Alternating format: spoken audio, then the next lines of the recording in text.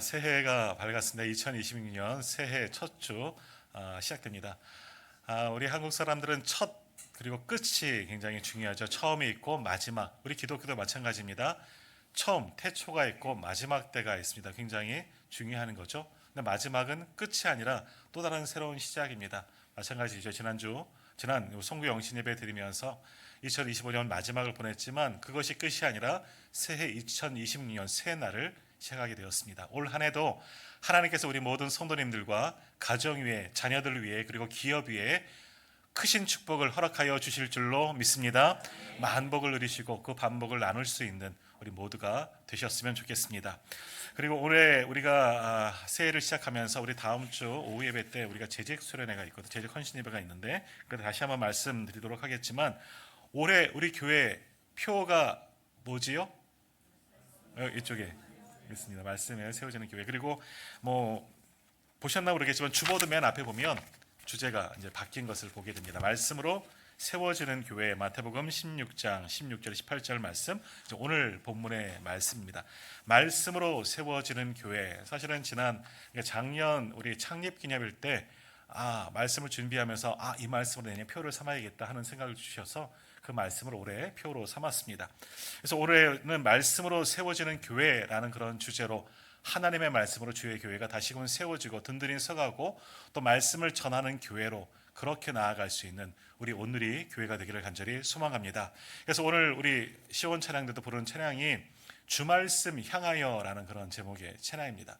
하나님의 말씀을 붙잡고 하나님께 향하여 나가는 삶을 살겠다.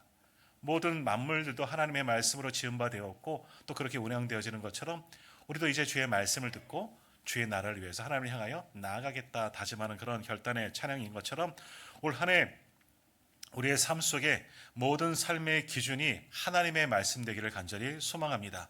그 말씀이 내 발의 길이요 빛이 되어서 나를 인도하시고 정말 하나님의 뜻대로 살아갈 수 있도록 우리를 역사하는 그런 귀한 말씀, 생명의 말씀을 붙잡고 살아가는 이 한 해가 되었으면 좋겠습니다. 말씀이 우리의 삶의 기준이 되어질 때 하나님이 우리의 앞길을 여시고 정말 우리가 바라고 소망하는 것처럼 말씀을 통해서 하나님의 은혜가 우리 가운데 충만하게 임하게 될 줄로 믿습니다. 그리고 그 말씀이 힘이 또 우리를 움직여서 주의 교회도 그 말씀으로 분명히 든든히 세워지게 될 줄로 믿습니다. 그런 한 해를 만들어갈 수 있는 2026년 이 새해가 되기를 간절히 소망합니다. 자, 오늘 본문의 말씀 마태복음 16장 어찌 보면 마태복음의 주제되는 말씀이 아닌가 그런 생각이 되어지죠. 너무나 잘 아는 말씀이죠. 오늘 본문의 말씀 가운데 가장 주된 말씀이 뭘까요? 자, 16절 말씀 우리 한번 같이 읽어보도록 하겠습니다. 시몬 베드로가 대답하여 이르되 주는 그리스도시요 살아계신 하나님의 아들이시니이다. 아멘. 우리가 배경을 아시는 것처럼 주님께서 제자들에게 질문을 하시는 겁니다. 오늘 13절에 올라가시면 나오는 것처럼 빌립보 가이사라 지방이라고 표현하는데 이 땅은 이방인의 땅입니다. 이스라엘 북쪽에 있는 곳이고 여기에는요 갈릴리 변방이긴 한데 한쪽이긴 한데 여기에 로마 군이 주둔해 있는 그런 지역입니다. 이방인들이 많이 있는 그런 지역 가운데 그곳에 또 복음 사역을 하시면서 또 제자들에게 묻습니다. 너희는 사람들이 나를 누구라 하느냐? 이렇게 저렇게 이야기를 하죠. 그럼 너희는 나를 누구라 하느냐라고 물었을 때 베드로가 믿음의 고백을 합니다. 당시에는 이와 같은 고백 아무도 하지 못했죠. 우리는 오늘 16절의 말씀이 당연하다. 주는 그리스도 예수님 하지만 예수 하면 당연히 뛰쳐나오는 게 그리스도 같이 나오잖아요. 예수님은 그리스도이신 줄 우리는 압니다. 그리스도가 뭡니까? 메시아, 그리스도, 기름 부음 받은 자. 다시 말해 우리를 구원자라는 그런 뜻이겠죠. 우리는 당연한 고백을 하고 오늘도 사도신경을 통해서 고백했습니다. 또 하나의 고백을 하죠. 주님은 살아계신 하나님의 아들이십니다. 당시 이런 말을 했다는 것은 굉장한 믿음의 고백이죠. 왜냐하면 우리가 요한복음에서 수요일날 보았지만 이런 말을 할 때마다 유대인들은 뭐라고 말합니까? 신성모독이로다.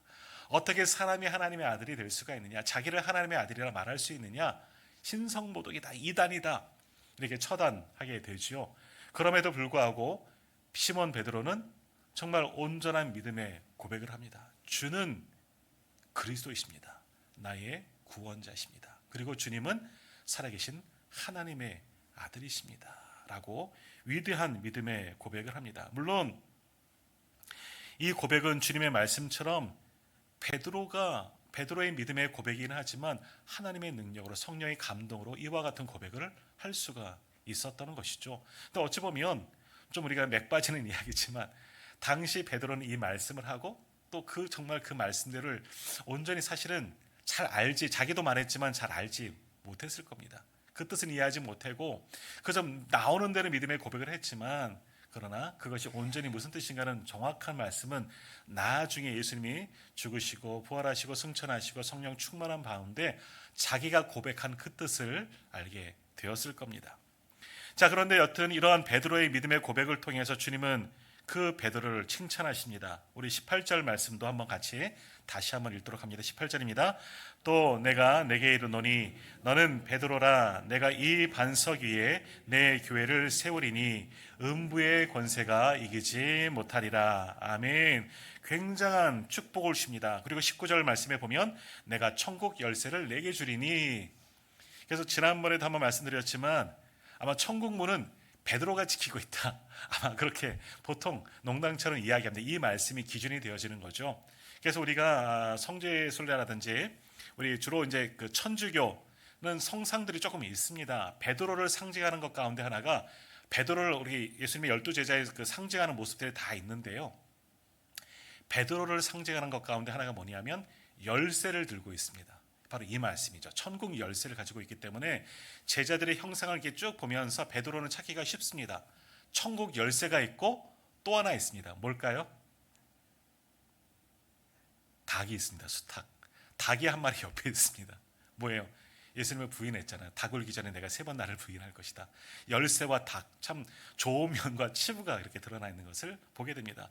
이 말씀과 같이 베드로는 예수님의 큰 축복을 받습니다. 너는 베드로라. 우리가 베드로라고 알고 있지만 베드로의 뜻은 뭡니까? 게바, 동일한 의미로 반석이라는 뜻이죠. 내가 이 반석이라고 표현합니다. 베드로는 오늘 우리 성경에도 보면 베드로라 하는 그런 말씀 앞에 번호가 쓰여져 있고 쭉 내려가 보시면 베드로는 곧 반석이라는 뜻이라고 표현된 것처럼 베드로는 반석이에요. 반석. 원래 베드로의 이름은 시몬이에요. 시몬. 그래서 16절에 시몬 베드로가 원래 이름은 시몬인데 베드로는 주님이 붙여주신 이름이야. 너는 반석이다 라는 그런 뜻이 되겠죠. 그래서 우리는 시몬이라는 이름은 다 잊어버리고 베드로란 이름으로만 그렇게 기억하고 있습니다. 그리고 주님께 받은 이 축복의 말씀, 내가 이 반석 위에 내 교회를 세우겠다 하는 그런 말씀, 얼마나 큰 축복입니까? 그래서 천주교는 이 말씀을 문자 그대로 해석합니다. 그래서 베드로라는 이름 위에 반석이죠. 그 위에 교회가 세워졌습니다. 그것이 어디입니까? 바티칸, 로마 교황청에 있는 바로 그 자리. 그러니까 베드로의 순교터라고 추정하고 있습니다. 베드로가 예수님 거꾸로 못 박혀 죽었다 하는 그런 이야기 있는 것처럼 그 자리에서 순교했기 때문에 베드로의 순교의 그 자리 위에 교회를 세운 곳, 그것이 바티칸 이라고 할 수가 있는 거죠. 교황청이라고 볼 수가 있는데 그건 천주교에서 자기들의 임의대로 이제 해석을 한 거라 할 수 있습니다. 오늘 주님께서 말씀하신 너는 베드로라 말씀한 너는 반석이다. 반석과 같은 믿음의 사람이라 분명히 말씀을 하십니다. 그러나 이 반석 위에 내 교회를 세우겠다. 그럼 동일한 의미로 너 위에 내가 교회를 세우겠다라고 어찌 보면 그렇게 해석을 할 수가 있겠지요. 그러나 그 반석은 뭐냐? 반석. 믿음의 고백이라는 거죠. 그 믿음의 고백은 뭐냐? 주님입니다. 주님. 무엇에 대한 믿음입니까? 예수 그리스도에 대한 믿음이잖아요. 베드로가 무엇을 고백했습니까? 다시 16절 말씀. 주는 그리스도십니다. 살아계신 하나님의 아들이십니다. 그러면 베드로의 이 반석이라는 것은 뭐겠습니까? 그 고백의 터전 위에 내 교회를 세우겠다는 겁니다. 주님의 교회입니다. 주님의. 그래서 모든 교회는 머리가 주님이십니다. 주님의 교회예요.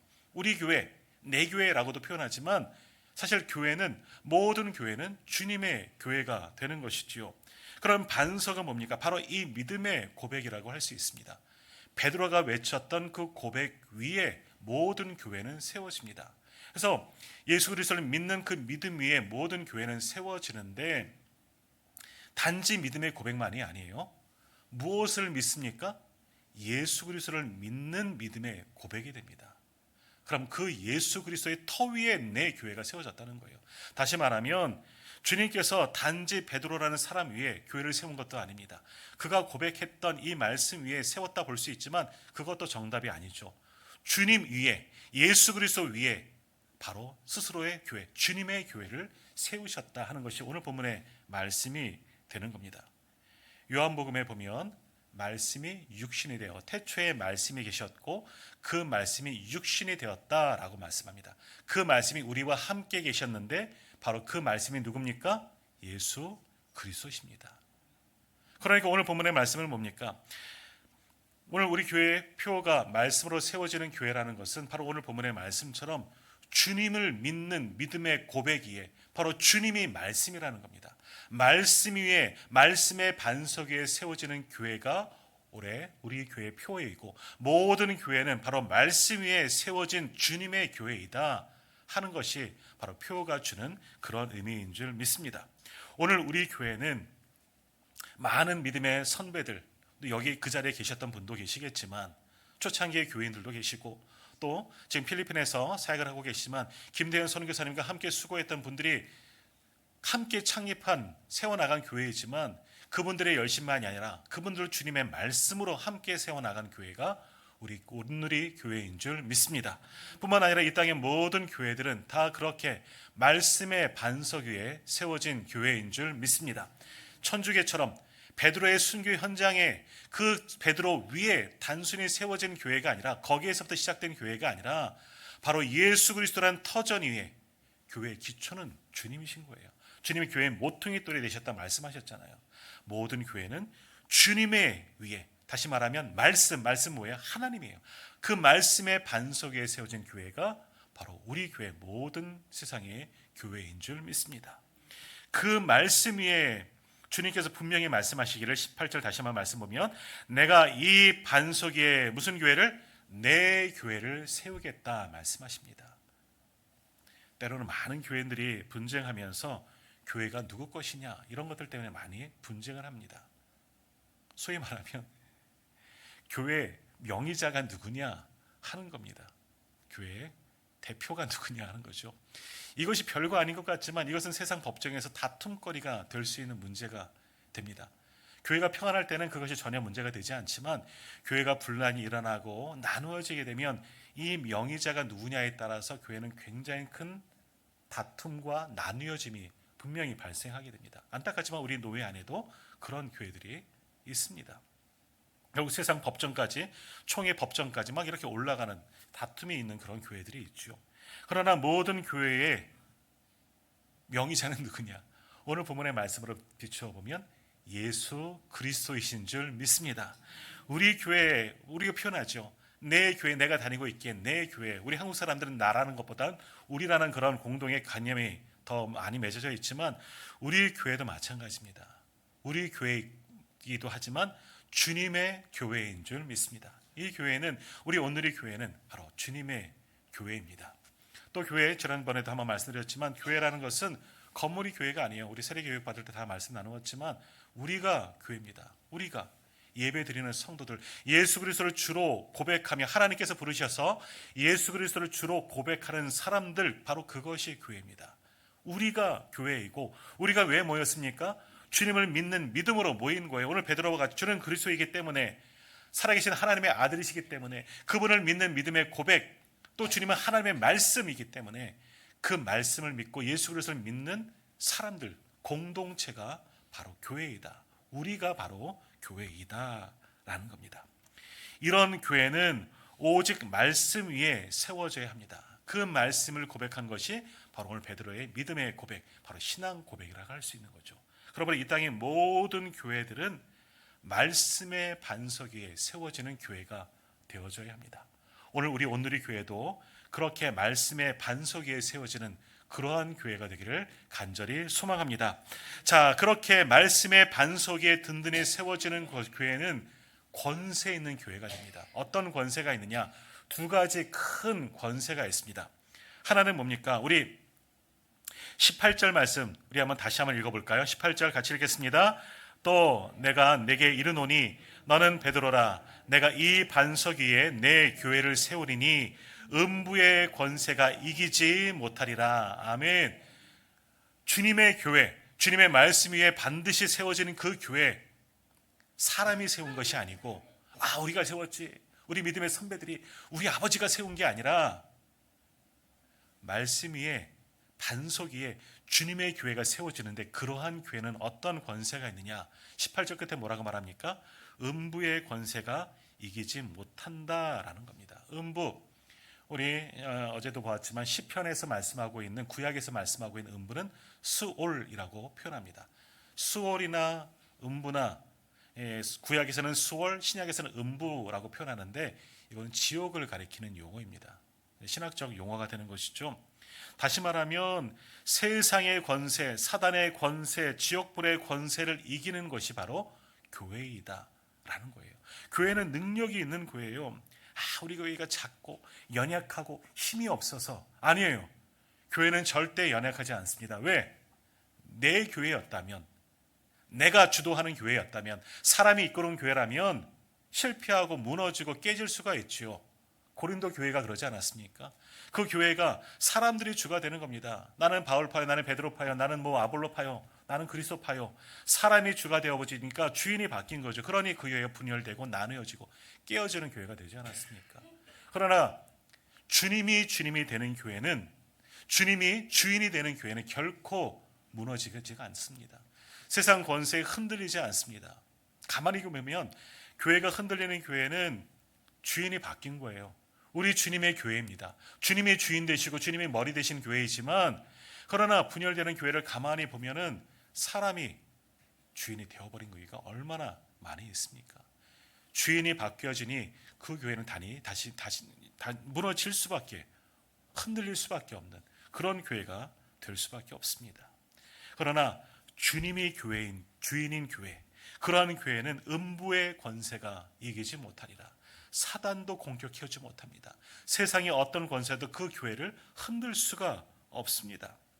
모든 어둠의 권세를 이기는 곳, 바로 그것이 바로 주님이 세우신 교회인 줄 믿습니다.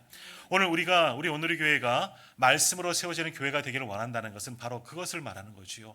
우리 교회는 어느 누가 주인이 아닙니다. 목회자인 저도 주님이 아닙니다. 주인이 아니죠.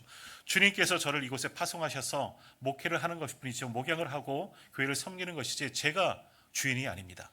우리 교회 대표자 명의로 제 이름이 올라갔다 해도 제가 주인은 아닙니다. 세상에서 여러 가지 판단을 받을 때는 대표자가 책임을 지겠지만, 그러나 하나님 나라에서는 그렇게 하지 않습니다. 저는 그저 여기 보내진 청지기일 뿐이지요. 마찬가지예요. 우리도 마찬가지입니다. 내가 개척의 현장 가운데 교회가 세워졌을 때 내가 있었다고 해서 그분이 교회의 주인도 아니고, 내가 창립 때부터 지금까지 열심으로 섬겨왔다 해서 그 사람도 교회의 주인이 되지는 않습니다. 모든 교회의 주인은 주님이십니다. 주님이 되어지는 교회, 말씀으로, 주님의 말씀으로 세워지는 그 교회만이 오직 든든히 세워지는 교회가 될 수가 있고, 그러한 교회들은 음부의 권세, 사단의 시험, 여러 가지 세상의 공격도 다 이길 수 있는 놀라운 권세가 있는 곳이 바로 주님이 세우신 교회, 주님의 교회인 줄 믿습니다. 오늘 예배하는 우리 교회가 정말 음부의 권세, 어둠의 권세를 이길 수 있는 그러한 교회로 다시금 거듭나기를 간절히 소망합니다. 그런 아름다운 교회를 만들어 나가는 저와 우리 모든 성도님들 다 되시기를 간절히 소망합니다. 자, 두 번째로, 그렇게 말씀으로 세워지는 교회, 주님이 세우신 교회는 또 하나의 큰 권세가 있는데 우리가 읽지는 않았지만 바로 19절 말씀이죠. 19절 말씀 우리 한번 같이 읽겠습니다. 내가 천국 열쇠를 내게 주리니 내가 땅에서 무엇이든지 매면 하늘에서도 매일 것이요 내가 땅에서 무엇이든지 풀면 하늘에서도 풀리리라 하시고. 아멘. 자, 내가 천국 열쇠를 내게 주겠다. 아까도 농담처럼 말씀드렸지만 천국문에 가면 누가 있다고요? 베드로. 왜냐하면 그 위에 있는 말씀을 해석하거든요. 너는 베드로라. 내가 이 반석 위에 교회를 세우겠다. 그리고 내가 천국의 열쇠를 내게 주겠다. 베드로 일개 개인에게 주신 게 아니에요. 교회에게 맡기신 거예요. 주님의 교회, 주님의 교회예요. 그 교회 위에, 말씀의 터전 위에, 믿음의 반석 위에 세워진 그 교회에 주님께서 맡기신 거죠. 그러니 그 권세는 주님의 교회이기 때문에 주님으로부터 능력을 얻고 권세를 얻어서 음부의 권세를 이길 수가 있는 것이고, 또 하나 뭡니까? 천국의 열쇠를 교회에게 맡기신 겁니다. 주님의 교회에게 주시는 거예요. 베드로가 맡긴 게 아니에요. 베드로가 천국문을 열어주면 들어가고 열지 못하면 지옥에 떨어지냐? 아니에요. 베드로는 아무 상관없어요. 이 믿음의 고백을 했을 뿐이지. 그러므로 교회의 열쇠, 천국의 열쇠의 권세는 바로 교회에게 맡기셨다라고 볼 수가 있는 겁니다. 우리가 예배할 때 교회, 그러니까 예배당에서 모여서 예배하는 이유가 뭐겠습니까? 우리가 기도할 때 주의 전에 올라와서 기도하는 이유가 뭐겠습니까? 바로 오늘 본문의 말씀이기 때문이에요. 교회에게, 물론 교회는 건물을 가리키는 게 아니라 우리를 가리킨다 말씀하셨지만, 주의 교회, 주가 머리 대신 교회에 와서 함께 예배하고 기도하는 것, 왜? 천국의 열쇠가 거기에 있기 때문에. 오늘 다시 한번 19절 말씀 보십시오. 내가 땅에서 무엇이든지 매면 하늘에서도 매일 것이요 내가 땅에서 무엇이든지 풀면 하늘에서도 풀리리라. 주님이 세운 교회에서 우리가 함께 매면 하늘에서도 매일 것이고, 여기서 풀면 하늘에서도 풀린다는 겁니다. 하나님이 복 주시는 교회가 그것이 바로 교회이다라는 겁니다. 그러므로 예배하는 것도 교회가 되어져야 하는 것이고, 기도하는 것도 교회가 되어져야 하는 겁니다. 힘들어도 그래서 교회에 와서 예배해야 되고, 예배당, 그리고 힘들어도 교회에 와서 기도해야 하는 이유가 거기에 있는 겁니다. 자, 코로나 이후에 한국 교회가 많이 힘들어졌습니다. 무너졌고 지금도 회복이 안 됩니다. 이제 많이들 회복됐다 하지만 소위 70%, 80% 정도밖에 회복이 되어져 있고 되어지지 않았고, 또 더 무너진 것은 뭐냐? 우리 성도들의 마음의 성전이 무너졌습니다. 그 이유가 뭘까? 그때 신학자들, 우리 교수님들도 신학자들도 많이 와서 교회는 어디나 있기 때문에 어느 곳에서 예배해도 된다. 대면하지 못하니까, 대면 예배 함께 모이지 못하니까 지금 있는 곳에서 예배할 수 있다. 물론 맞는 이야기이죠. 근데 그것들을 강조하다 보니까 사단은 그런 교묘한 것들을 이용하는 겁니다. 흩어진 곳에서 얼마든지 우리는 예배할 수 있습니다. 우리가 두세 사람이 주님의 이름으로 모이면 바로 거기가 교회가 되는 거죠. 우리 가정이 함께 모여서 둘이, 부부가 또는 자녀들과 함께 예배하는 것, 그것이 교회가 되는 겁니다. 가정교회가 그것 아니겠습니까? 그러나 교회는 모여야 하는 겁니다. 함께 믿음의 사람들이, 하나님께서 부르셔서 예수 그리스도를 구주로 고백하는 사람들이 모인 공동체가 교회예요. 흩어져도 교회이지만 모인 곳, 바로 그 예배당, 함께 모여서 예배하는 것이 얼마나 중요한데요. 그런데 한국교회가 코로나를 거치면서 대면 예배도 대면하지 않아도 얼마든지 예배할 수 있어. 방송으로 송출하는 것, 그것을 들으면서도 예배할 수 있어. 우리도 여기도 해서 유튜브 방송, 설교 영상과 찬양대 영상을 올리지만 실시간 예배는 하지 않고 있습니다. 거의 대부분 나오시기 때문에 실시간 예배는 하고 있지 않지만, 많은 교회들, 큰 교회들 중심으로 그것이 잘못됐다 얘기하는 것이 아니라 지금도 방송을 통해서 집에서 예배하는 분들도 있어요. 교회 굳이 갈 필요가 없는 거고 헌금하면 되잖아요. 계좌번호 뜨기 때문에.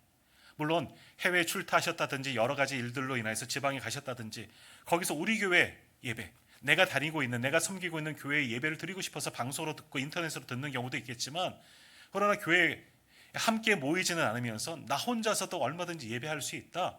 골라 좋은 목사님들의 설교를 들으면서 얼마든지 할 수 있다. 그거는 정말 진짜 예배라 볼 수가 없습니다. 한번 코로나 때도 우리도 그렇게 몇 번은 해봤지만 저도 그렇습니다. 저도 코로나 확진되어서 집에서 예배 드렸어요. 우리 교회 방송을 할 수가 없으니까 다니던 다른 교회 영상을 보면서 가족과 함께 예배 드렸지만 저 스스로도 예배 드리는 게 참 부끄럽더라고요. 자세가 너무 편해요. 복장도 편하고. 그러지 않습니까? 교회는 권세가 있습니다. 천국 문을 열 수 있고 하늘 보좌를 움직일 수 있는 권세가 있는 것이 바로 교회입니다. 그렇기 때문에 우리는 힘들어도 모여서 함께 믿음의 공동체들과 함께 예배하는 거예요. 거기에 주님이 계십니다. 나 혼자서 얼마든지 할 수 있다. 그건 혼자만의 생각이라 볼 수 있고요. 기도할 수 있죠. 그러나 함께 예배할 때 거기에 더 큰 능력과 권세가 나타나는 거예요. 함께 매면 하늘에서도 매고, 함께 풀면 함께 풀 수가 있는 거예요.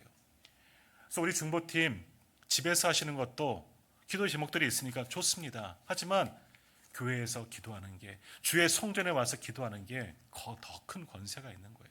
한 번이라도 주의 전에 올라와서 예배하고 기도하는 것, 왜? 주님의 교회이기 때문에. 내가 예배하고 내가 기도해서가 아니라 거기 계신 주님께서 중보자가 되어주시기 때문에 우리가 드리는 예배가 하나님께 상달되어지고 우리가 드리는 기도가 하늘에서 열려지게 되는 겁니다. 풀어지게 되는 거예요. 그러니까 힘들어도, 몸이 아파도, 연약해도, 분주해도 예배 시간을 지켜야 되는 것, 주님 전에 나와 예배하는 것을 소망해야 되는 것이고, 내가 기도할 때 더욱더 주님 앞에 나와 간절하게 기도하는 이유가 거기에 있습니다. 오늘 성경은 분명히 그것을 우리에게 말씀하고 있습니다. 올해 우리 교회 표어는 말씀으로 세워지는 교회입니다. 다시 한번 교회가 그렇게 말씀으로 세워지는, 든든히 서가는 그런 교회 되기를 소망합니다. 말씀을 중심으로 모이기에 더욱더 힘쓰고 주의 교회가 주신 권세대로 모든 음부의 권세, 힘이 들 때는 교회를 찾아야겠죠. 모여서 예배하고 또한 모여서 기도할 수 있는 그런 능력 있는 권세, 우리 온누리 교회가 되기를 간절히 소망합니다. 함께 기도하겠습니다.